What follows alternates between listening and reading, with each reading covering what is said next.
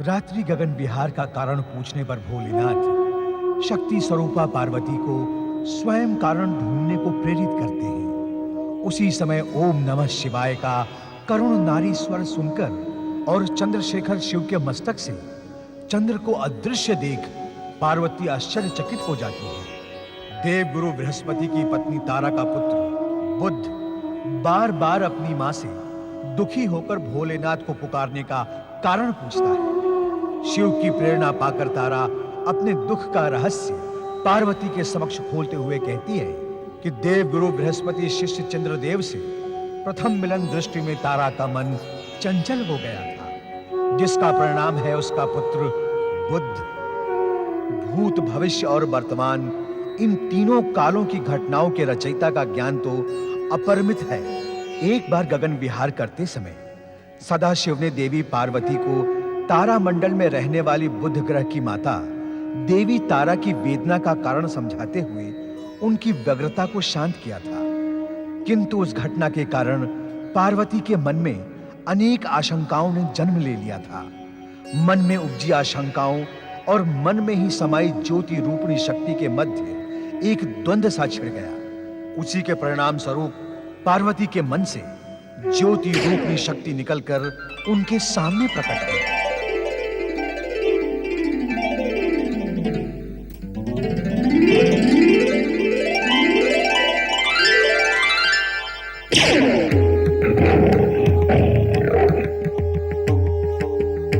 कैसी हो शिव संगनी पार्वती?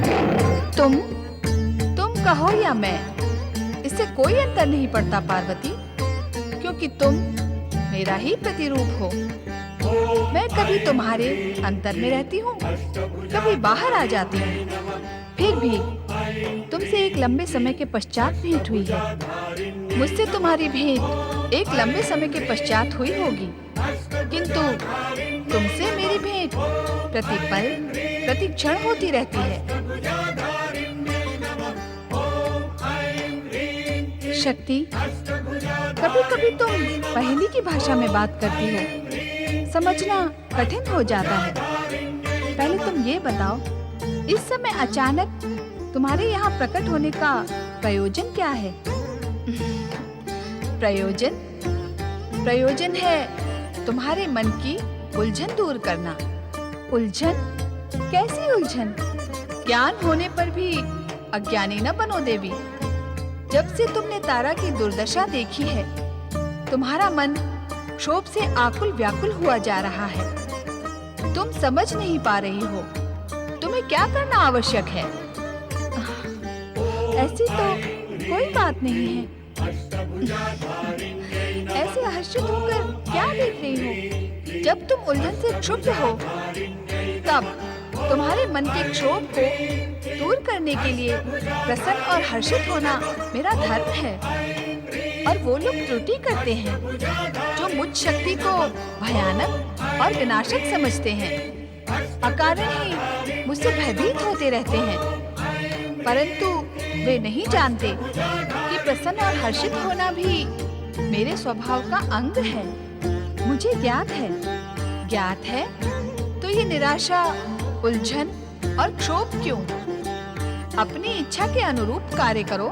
इच्छा के अनुरूप ही तो मैं कार्य करती हूँ।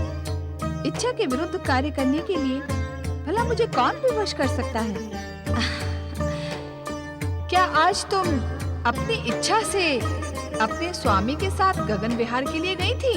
हाँ, गगन विहार करना मुझे प्रिय है, मानती हूँ।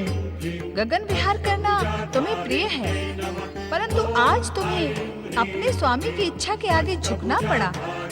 वे तुम्हें तारा के पास अपनी इच्छा से ही ले गए थे और चंद्र के पास भी ले गए थे, ये दिखाने के लिए कि वे जानकर भी अनाचारी चंद्र को अपने माथे पर बिठा सकते हैं। क्या उस समय तुम्हें क्षोभ नहीं हुआ? हुआ तो था, परंतु क्या कर सकती थी? स्वामी को चंद्र को दिया अपना वचन निभाना था और तुम्हें अपने स्वामी का साथ निभाना था। क्यों? हाँ, स्वामी का साथ निभाना मेरा धर्म है, मेरा कर्तव्य है। धर्म और कर्तव्य के नाम पर अपनी इच्छा इच्छाओं को त्याग दोगी? कैसी इच्छा? तुम स्वयं शक्ति स्वरूपिणी हो पार्वती, मेरा प्रतिरूप हो।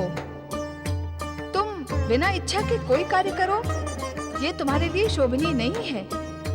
अपनी इच्छा पर तुम सारे संसार को झुका सकती हो, फिर कोई भी कार्य बिना इच्छा के करना उचित नहीं है। हाँ, तुम सत्य कह रही हो शक्ति। मेरे लिए बिना इच्छा के कार्य करना उचित नहीं है, और जो इच्छा हो उसे निसंकोच प्रकट करना ही उचित होगा। पार्वती, इन बातों में तुम उस क्षोभ की बात क्यों टाल गई जो पुरुष जाति के प्रति तुम्हारे मन में उत्पन्न हुआ है? समझ में नहीं आ रहा, उस क्षोभ को मैं कैसे प्रकट करूं? मेरे स्वामी कोई साधारण पुरुष नहीं है, वे देवों के देव महादेव हैं। एक साधारण पुरुष के समान मैं अपने स्वामी के प्रति अनादर प्रकट नहीं कर सकती, और दूसरे पुरुषों के साथ मेरा संबंध ही क्या है? संबंध क्यों नहीं है? दिन रात आठों प्रहर जब तुम उस अनाचारी चंद्र को अपने स्वामी के शीश पर लगा देखोगी, तब क्या तुम्हें क्षोभ नहीं होगा? और उसकी चंचल प्रेम कथा जानने के पश्चात तो तुम्हारा क्षोभ और बढ़ जाएगा। शक्ति, इस समय मैं कुछ सोचने की स्थिति में नहीं हूँ। तुम्हारा परामर्श जानने के पश्चात ही मैं निर्णय कर पाऊंगी। बताओ, अब मुझे क्या करना उचित होगा? मैं तुम्हें परामर्श अवश्य दूंगी, किंतु पहले मुझे एक प्रश्न का उत्तर दो। पूछो, तुम्हारे पति शिव स्त्री और पुरुष में भेद नहीं करते?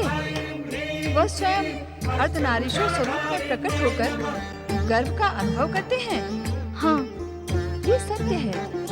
भोलेनाथ से आज तक मेरे नारीत्व की उपेक्षा कभी हुई नहीं है, किंतु भोलेनाथ की सृष्टि में एक भी पुरुष स्त्री को अपने समकक्ष मानता है? संभवतः नहीं। क्या नारी सम्मान की दिशा में भोलेनाथ ने एक भी प्रयास किया? संभवतः स्मरण नहीं आ रहा होगा। हाँ, शक्ति स्वरूपिणी पार्वती, तुम मुझसे परामर्श मांग रही थी ना? हाँ, चंद्रमा की चंचलता से उभरे क्षोभ की समाप्ति के लिए परामर्श, स्त्रियों को दुर्दशा से उठाकर सम्मानजनक स्थिति तक पहुंचाने का परामर्श। हाँ शक्ति, तो सुनो, तुम्हें अपने पति को नारी सम्मान की स्थापना के लिए प्रेरित करना होगा। वे सहर्ष इसके लिए स्वीकृति प्रदान करेंगे। तुम्हें ऐसा विश्वास है? 100%। तो भोलेनाथ से कहो कि वे एक शक्तिवन की स्थापना करें, जहाँ का कण कण नारीमय हो, जहाँ पेड़ पौधे, वन्य जीव, पशु पक्षी और नर जाति का कोई भी व्यक्ति प्रवेश लेते ही नारी बन जाए। सुंदर, अति सुंदर। ऐसे वन की कल्पना से तो मुझे रोमांच हो रहा है। तो मेरी नहीं, हमारी इस कल्पना को साकार करो, अन्यथा वह दिन दूर नहीं जब नारी पददलन और अत्याचारों से पीड़ित होकर स्वयं अपना प्रतिशोध लेने के लिए खड़ी हो जाएगी। प्रतिशोध? हाँ शक्ति स्वरूपा, प्रतिशोध। क्योंकि किसी को भी एक सीमा तक ही दबाया जा सकता है, उसके बाद विस्फोट होता है, भयंकर विस्फोट। पुरुष की पूरक नारी के प्रतिशोध का दिन तो बड़ा भयानक होगा और निर्णायक भी। उस दिन संभव है गर्भधारिणी नारी पुरुष को गर्भधारण के लिए मना कर दे। तब अपने को सर्वशक्तिमान समझने वाले पुरुष का क्या होगा?